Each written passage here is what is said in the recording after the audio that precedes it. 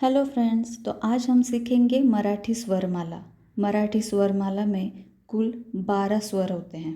सारे सुरों का उच्चार मराठी में कैसे किया जाता है ये हम सीखेंगे आज की वीडियो में। तो चलिए शुरू करते हैं। पहला स्वर है अ।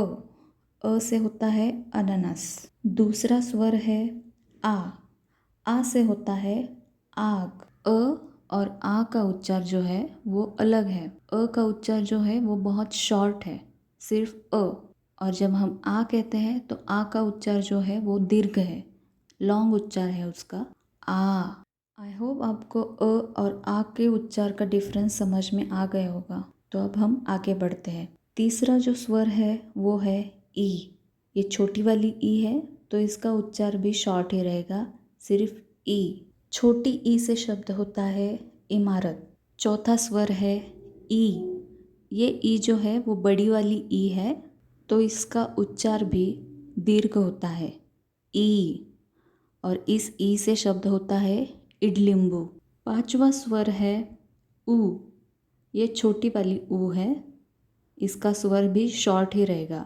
ऊ से शब्द होता है उशी, यानी कि पिलो। नंबर 6 का जो स्वर है वो है ऊ। ये जो ऊ है वो बड़ी वाली ऊ है, इसका स्वर भी दीर्घ आता है।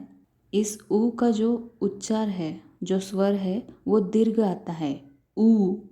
और इस ऊ से जो शब्द होता है मराठी में वो है ऊस, यानी कि शुगर कैन।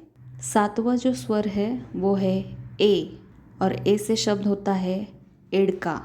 आठवां जो स्वर है वो है ऐ। ऐ से मैंने शब्द लिया है ऐकने। ऐकने को हिंदी में कहते हैं, जो हम सुनते हैं उस क्रिया को मराठी में ऐकने ऐसा कहते हैं। नौवां जो स्वर है वो है ओ। ओ का जो शब्द है वो है ओठ, यानी कि लिप्स। ये आपको अच्छे से समझ में आ गया होगा। 10वां जो स्वर है वो है औ। औ से शब्द होता है औषध। 11वां जो स्वर है वो है अंग, और अंग से शब्द है अंगठी। 12वां जो स्वर है वो है आहा। आहा के लिए शब्द होता है प्रातः काल। अह का यूज जो है वो शब्द के बीच में किया जाता है, जैसे कि प्रातः काल।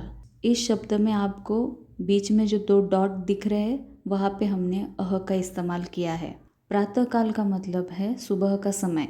आई होप आपको सारे स्वर अच्छे से समझ में आ गए होंगे। अगर आपको कुछ उच्चार समझ में नहीं आ रहे हैं तो आप मुझे कमेंट सेक्शन में कमेंट करके पूछ सकते हैं। अगर आप भी मराठी बोलना सीखना चाहते हैं तो मेरे चैनल को फॉलो और सब्सक्राइब ज़रूर करिएगा। अगर आप मराठी बोलने की प्रैक्टिस के लिए बैचेस भी चाहते हैं तो आप कमेंट सेक्शन में वो भी मेंशन करिएगा। कमेंट्स के थ्रू मुझे पता चलेगा कि आप लोग बैचेस के लिए इंटरेस्टेड है, तो हम बैचेस शुरू करेंगे, ठीक है। अगर आपके फ्रेंड सर्कल में या फिर फैमिली में किसी को मराठी बोलना सीखना है तो उन्हें मेरा चैनल ज़रूर रेकमेंड करिएगा। आज की वीडियो के लिए इतना ही। Thank you.